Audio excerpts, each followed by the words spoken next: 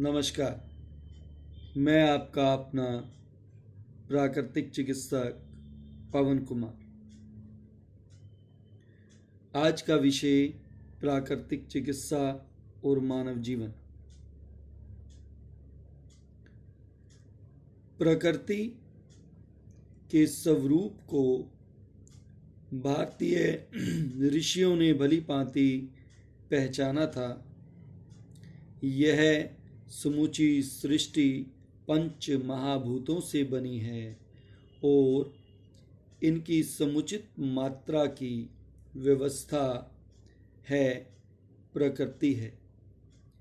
जब इनमें विषमता आती है तो प्रकृति में विकृति पैदा होती है और यह विकृति ही रोगों का कारण होती है। रोग और कुछ नहीं, अलग अलग नाम रूपों में विकृति की अभिव्यक्ति है। इस प्रकार रोगों का सीधा सा इलाज है प्रकृति को जानकर उसका सही संतुलन बनाना।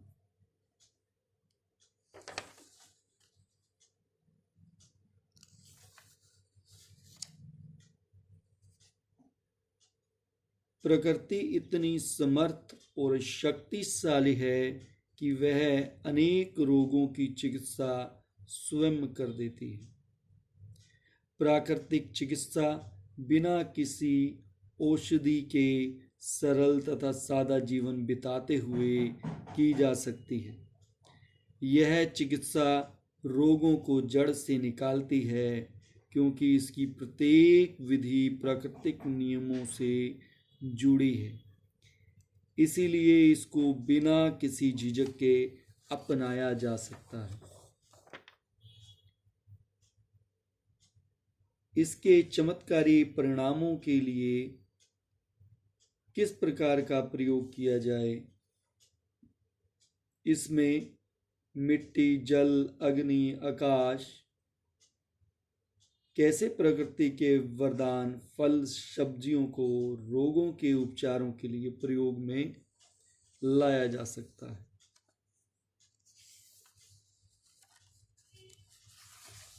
साधारणतः ऐसा माना जाता है कि प्राकृतिक नियमों का पालन करके स्वास्थ्य को सुरक्षित रखने तथा रोगों को दूर करने की क्रिया विधि का नाम प्राकृतिक चिकित्सा है।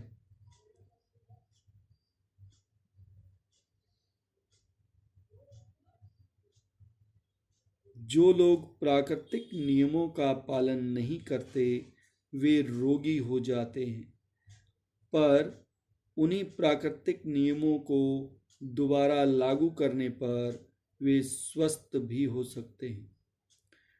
कुछ व्यक्तियों की मान्यता है, परंतु प्राकृतिक चिकित्सा का अर्थ इन बातों से कहीं अधिक विस्तृत है। इसमें रोगों की चिकित्सा करने की विधि बिल्कुल अलग ढंग की है। इसके साथ ही इन विधियों के द्वारा दीर्घ जीवन के सूत्रों को भी बता दिया जाता है ताकि व्यक्ति भविष्य में जाने अनजाने गलतियां ना कर बैठे। इस प्रकार का यह जीवन को चलाने की बिल्कुल सही प्रणाली है क्योंकि इसकी प्रत्येक विधि प्रकृति से जुड़ी है। इस प्रणाली में जिन नियमों के द्वारा शरीर को स्वस्थ रखने के बारे में बताया जाता है, वही नियम बीमारियों के निवारण में भी हमारा साथ देते हैं। मतलब यह है कि शुरू से अंत तक एक ही विधि अपनाई जाती है और उनका प्रायोगिक रूप किया जाता है। प्राकृतिक चिकित्सा की सरल विधियां इतनी सरल और कारगर और कम खर्चीली हैं कि इनका प्रयोग गरीब से गरीब व्यक्ति भी कर सकता है। वैसे तो यह विधि विश्व के लगभग सभी देशों में प्रचलित है, लेकिन अभी लोगों को इसको अपनाने में डर लगता है। बहुत से व्यक्ति सोचते हैं कि इस चिकित्सा प्रणाली को अपनाने में समय की बर्बादी होती है और विशेष लाभ भी नहीं होता, पर ऐसी बात नहीं है। यह विधि लोगों को स्थायी लाभ पहुंचाती है और इसका प्रतिकारक प्रभाव भी नहीं होता। दूसरे शब्दों में, शरीर में संचित विजातीय द्रव्यों को प्राकृतिक साधनों के द्वारा बाहर निकालना और जीवन शक्ति को उन्नत करना ही प्राकृतिक चिकित्सा है। प्राकृतिक चिकित्सा सिर्फ एक चिकित्सा नहीं बल्कि जीवन जीने की पद्धति है। यह सहज, सरल और सर्वत्र है। जो एक बार इसका आश्रय लेता है वह इसका सच्चा अनुयायी बन जाता है।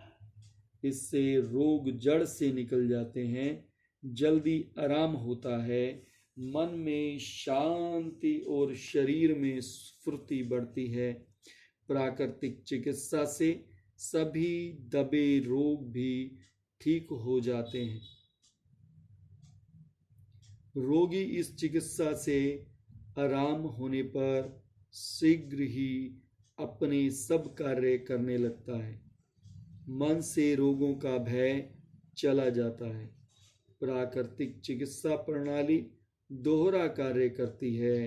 प्रथम कार्य जीवन को शीघ्रतम रोग मुक्त करना, दूसरा कार्य प्रशिक्षित करना कि प्राकृतिक जीवन अपनाकर भविष्य में अपने को रोगों से मुक्त रख सके।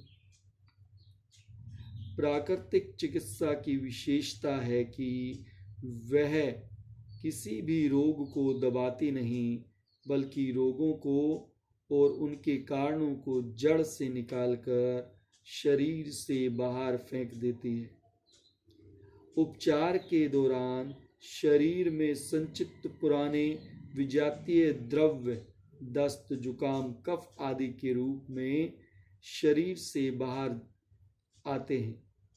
अज्ञानतावश इस चिकित्सा से घबराकर कुछ रोगी निराश हो जाते हैं और हताश होकर इसका साथ छोड़ देते हैं और पुनः दवाओं पर चले जाते हैं, जो उनकी बड़ी भूल होती है।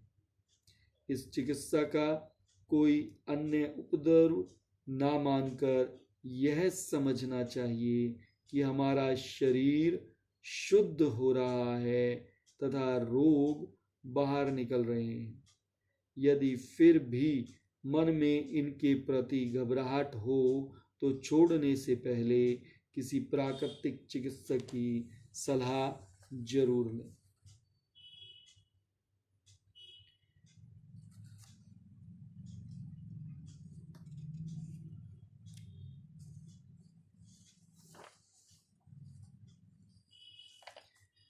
आज के युग में प्राकृतिक चिकित्सा काफ़ी लोकप्रिय हो चुकी है। अनेकों सरकारी और गैर सरकारी संस्थाएं आज इस चिकित्सा प्रणाली को समय समय पर प्रचारित करती हैं। यह चिकित्सा प्रणाली सर्वमान्य है और हो चुकी है। तन और मन को स्वस्थ रखने के लिए प्रकृति से जुड़ना बहुत जरूरी है। जब व्यक्ति बनावटी जीवन को अपना लेता है तो उसके शरीर को बाधाएं घेर लेती हैं, जिसके कारण व्यक्ति रोगी हो जाता है। इससे बचने के लिए व्यक्ति को प्राकृतिक चिकित्सा को अपना लेना चाहिए।